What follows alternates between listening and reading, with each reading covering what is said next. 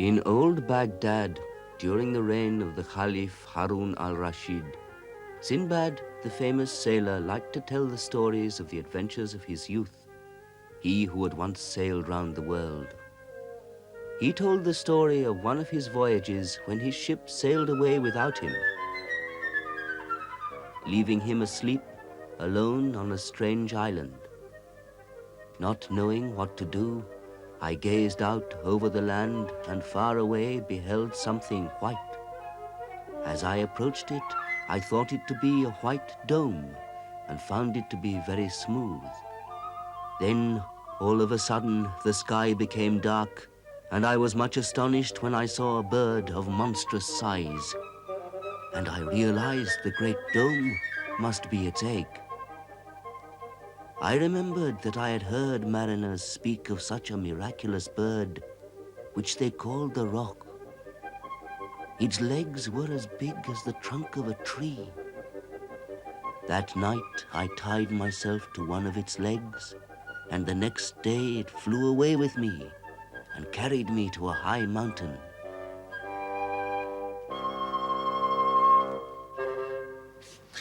That story of Sinbad the Sailor was one of the many Arab folk tales brought back to Europe in the Middle Ages. That was a time of exploration and adventure and, of course, travelers' tales.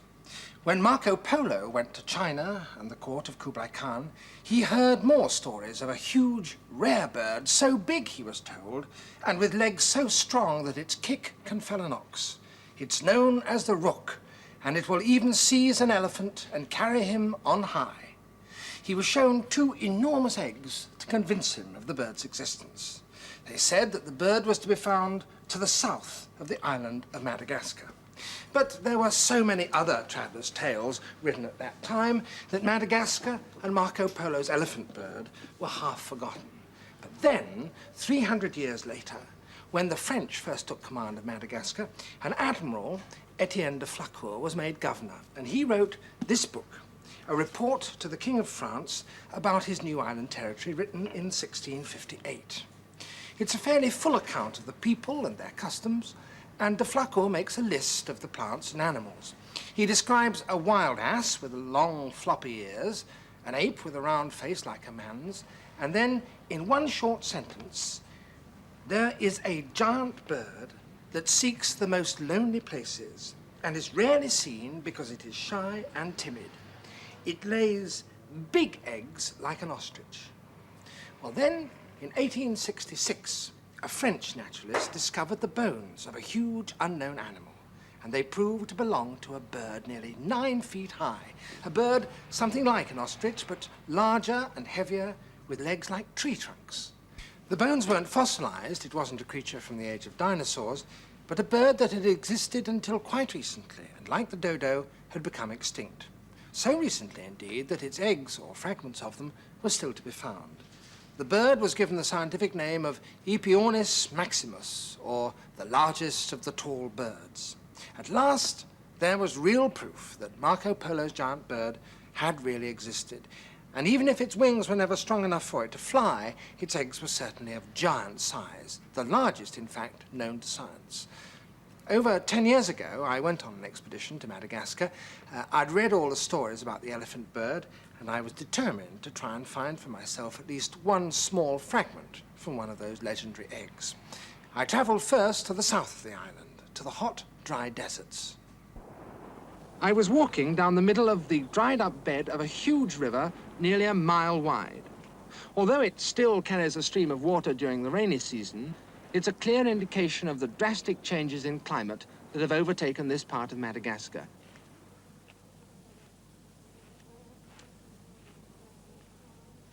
Was this an egg fragment?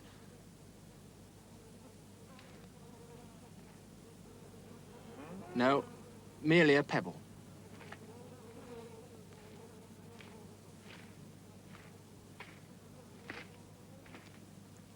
And I thought at first that these too were merely pebbles.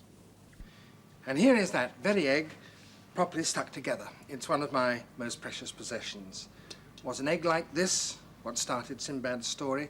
This what Marco Polo wondered at 700 years ago at the court of Kublai Khan? Well, It's as big as 150 chickens' eggs, and if you used it as a water carrier, you could carry more than a gallon of water in it. What a pity it is that the Eonis has been dead for hundreds of years. Of course, the bird that everyone thinks of when you talk about being dead is the poor, silly dodo. Its old Latin name, Dido ineptus, means literally that. The very same bird that Alice met in Wonderland. It was the early Portuguese explorers who were the first Europeans to see the dodo.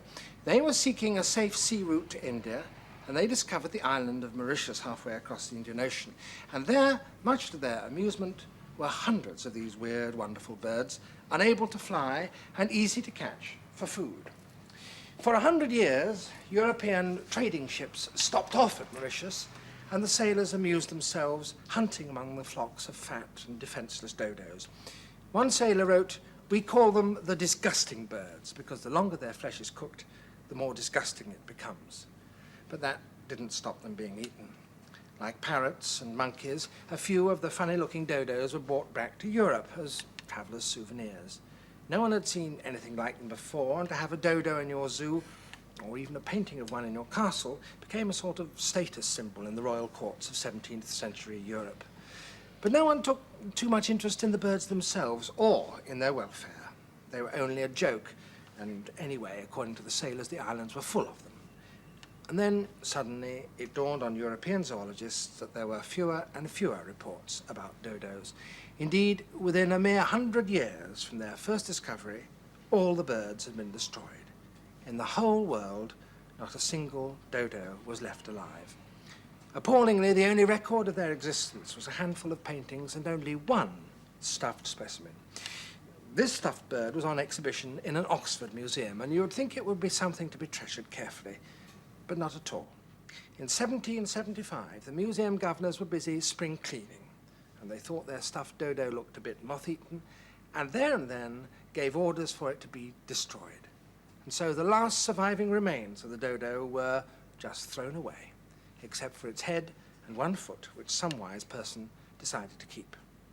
Of course, since then, with the help of the paintings and a few old bones, good models of the dodo have been made by museums, but those 18th century museum directors in Oxford, so keen to spring clean, have gone down forever in the black books of museum history. There are so many old legends about large flying birds.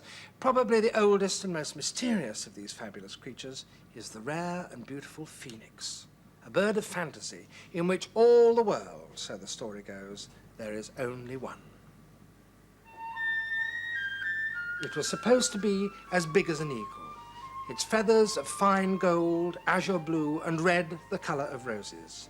Every 500 years, so it was said, the phoenix flew away to a lonely mountain on the coast of Arabia, to Phoenicia, in fact.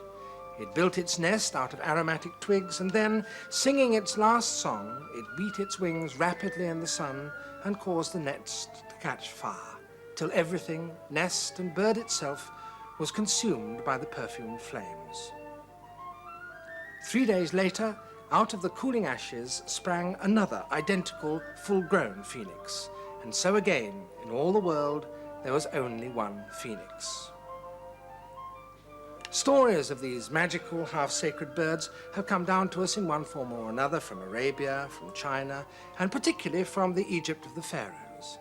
But the ancient Egyptians had many other bird gods. The sacred ibis, a bird that poured the waters of life out from a vase. It is in fact a kind of stork that comes from the mountains surrounding the headwaters of the River Nile. Horus, the god of the upper air, a high-flying falcon who wears the sun as a crown, a symbol of the pharaoh's own crown of Egypt.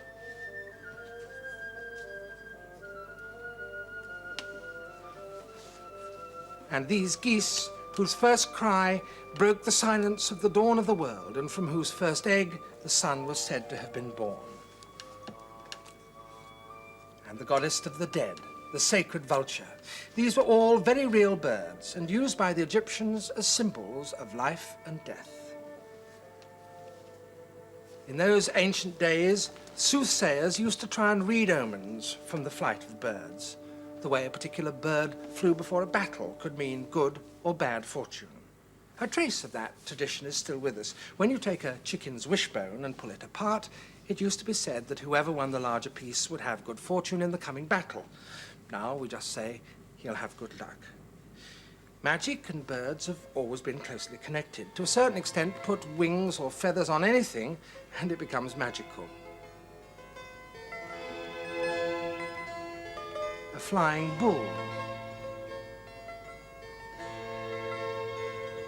These splendid horses.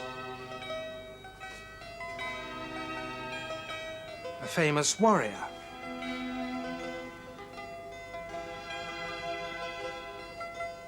Or even these painted babies of heaven.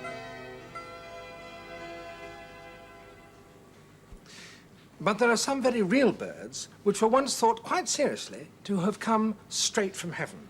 Indeed, today they're still called birds of paradise. They come from New Guinea.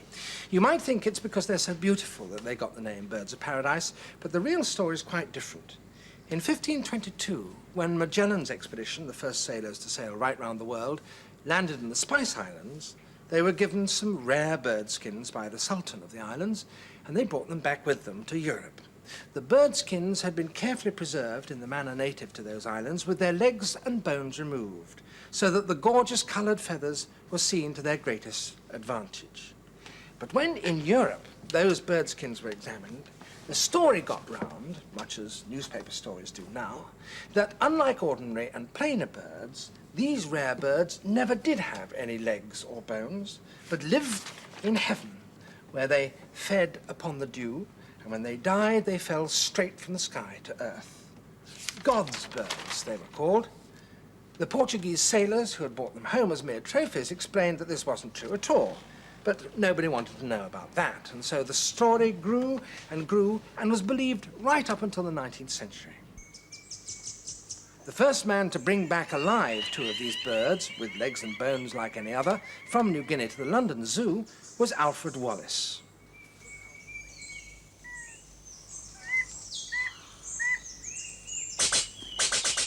The feelings of a naturalist who at last sees with his own eyes a creature of such extraordinary beauty and rarity would require the touch of a poet.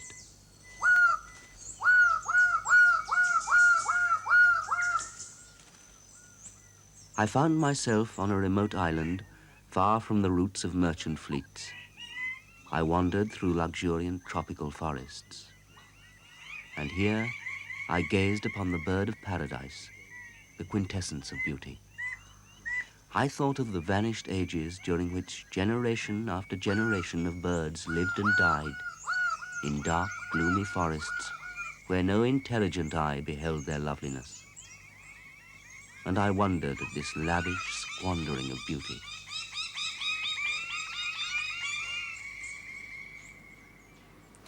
There are many different kinds, and quite rightly, they've kept their name, birds of paradise. If they came from heaven, well, those other flying creatures, bats, are meant to have come straight out of hell. Perhaps that's unfair, but I must admit I was once frightened very much by a bat. In fact, very few kinds of bats can do you any harm. Even the biggest of them, the flying fox, with a wingspan of 5 feet, eats only fruit. But the one that scared me was a vampire bat. I was on a filming trip to Guyana in South America. We were in the jungle among the rainforests, and I'd heard that there were vampire bats in the area.